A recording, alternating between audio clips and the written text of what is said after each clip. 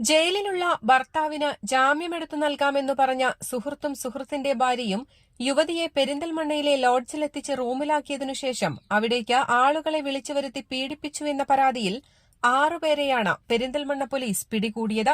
സംഭവത്തിൽ യുവതിയെ കൂട്ടബലാത്സംഗത്തിനിരയാക്കിയ മണ്ണാർക്കാട് ആര്യമ്പാവ് സ്വദേശി കൊളർമുണ്ട രാമചന്ദ്രൻ, തിരൂർ അത്തൻപറമ്പിൽ വീട്ടിൽ റൈഹാൻ, കൊപ്പം മുണ്ടുകാട്ടിൽ സുലൈമാൻ, ഏലംകുളം പുറയത്ത് സൈനുൽ ആബിദ്, പയ്യനാട് തോരൻ വീട്ടിൽ ജസീല, പള്ളിക്കൽ ബസാർ ചോലക്കൽ കൂറായി വീട്ടിൽ സനൂഫ് എന്നീ പ്രതികളുമായി പെരിന്തൽമണ്ണയിലെ ബൈപ്പാസ് റോഡിലുള്ള സ്വകാര്യ ലോഡ്ജിൽ തെളിവെടുപ്പ് നടത്തുന്ന ദൃശ്യങ്ങളാണ് കണ്ടുകൊണ്ടിരിക്കുന്നത്.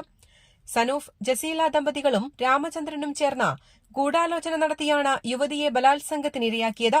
ശേഷം ഒന്നാം പ്രതിയായ രാമചന്ദ്രൻ പ്രതികളായ റൈഹാൻ, സുലൈമാൻ, സൈനുൽ ആബിദ് എന്നിവരുടെ കയ്യിൽ നിന്നും പണം കൈപ്പറ്റുകയും ദമ്പതികളായ സനൂഫ്, ജസീല എന്നിവരും രാമചന്ദ്രനും ചേർന്ന് പണം പങ്കിട്ടെടുക്കുകയുമായിരുന്നു.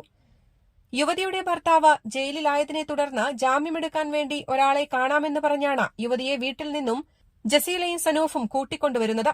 തുടർന്ന് പെരിന്തൽമണ്ണയിലെ ലോഡ്ജിൽ റൂമിലാക്കിയതിനുശേഷം ഇവർ പുറത്തുപോവുകയും അതിനുശേഷം പ്രതികളിലൊരാൾ റൂമിലേക്ക് കടന്നുവരികയും സ്ത്രീയെ കടന്നുപിടിക്കാൻ ശ്രമിക്കുന്നതിനിടയിൽ യുവതി തട്ടിമാറ്റി ഓടി രക്ഷപ്പെടാൻ ശ്രമിക്കുകയും ചെയ്തു. എന്നാൽ താഴെയുണ്ടായിരുന്ന ജസീല പരാതിക്കാരിയെ മർദ്ദിച്ചുവെന്നും തുടർന്ന് ലോഡ്ജിലെ മാനേജറടക്കമുള്ള ആളുകൾ പീഡിപ്പിച്ചുവെന്നുമാണ് യുവതിയുടെ പരാതിയിൽ പറയുന്നത്.